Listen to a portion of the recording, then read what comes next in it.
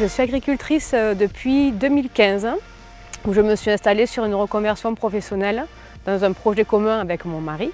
L'année même de notre installation, en 2015, nous avons fait la connaissance de l'entreprise qui recherchait justement un agriculteur éleveur pour pouvoir combiner le travail d'entretien entre le mécanique et du coup l'action des brebis qui nettoient en mangeant l'herbe. Donc c'est un système gagnant-gagnant, hein.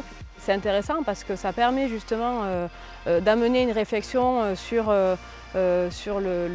l'emprise de nos surfaces agricoles utiles, puisque c'est beaucoup les questions qu'on se pose en ce moment, et de prouver que c'est possible de pouvoir combiner des activités de production électrique pour la collectivité et en même temps de pouvoir garder des surfaces agricoles utiles.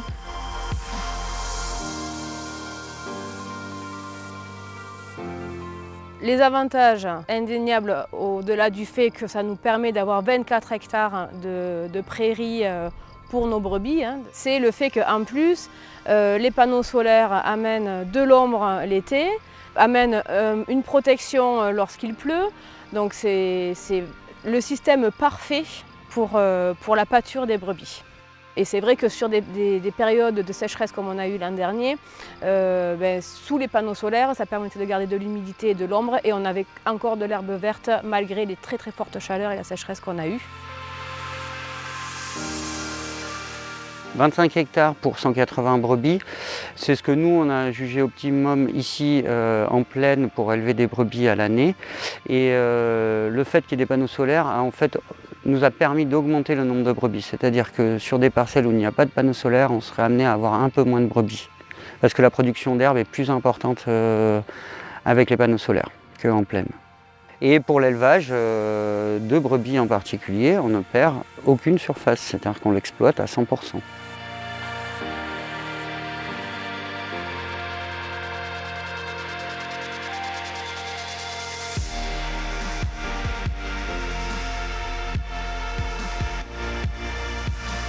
Il n'y a pas de contrainte à proprement parler, il y a une différence de gestion, il y a une organisation différente parce que ici nous sommes dans une structure qui est sécurisée, on a des techniciens qui viennent régulièrement, voilà, donc c'est juste une organisation différente et après un équipement différent pour pouvoir après traiter mécaniquement le lieu, mais il n'y a pas de contrainte à proprement parler, c'est une adaptation.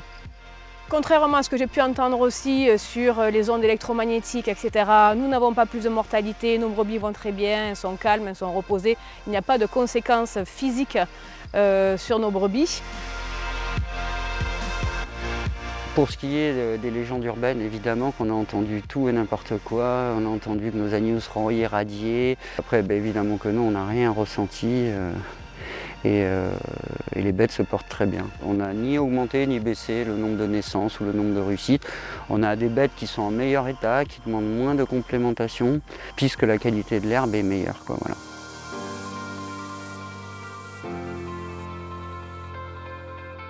Alors les brebis, elles font à peu près 90% de l'entretien.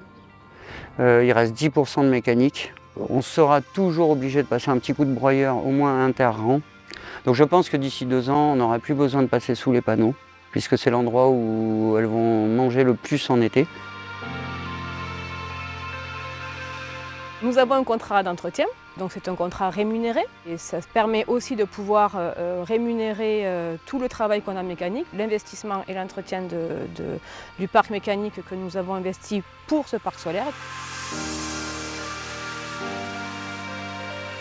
Donc nous, nos brebis sont certifiées bio. Donc le fait d'avoir les brebis au parc solaire, on a été obligé de venir faire certifier le parc solaire aussi en bio, ce qui garantit qu'on n'utilise pas de désherbants, pas de traitements chimiques ou d'engrais chimiques.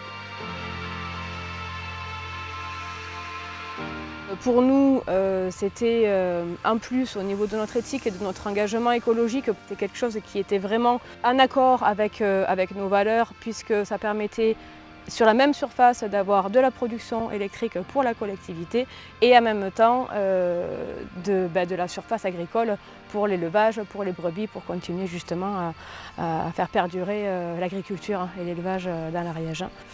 Donc ça a été quelque chose, un partenariat sur lequel on était très enthousiastes.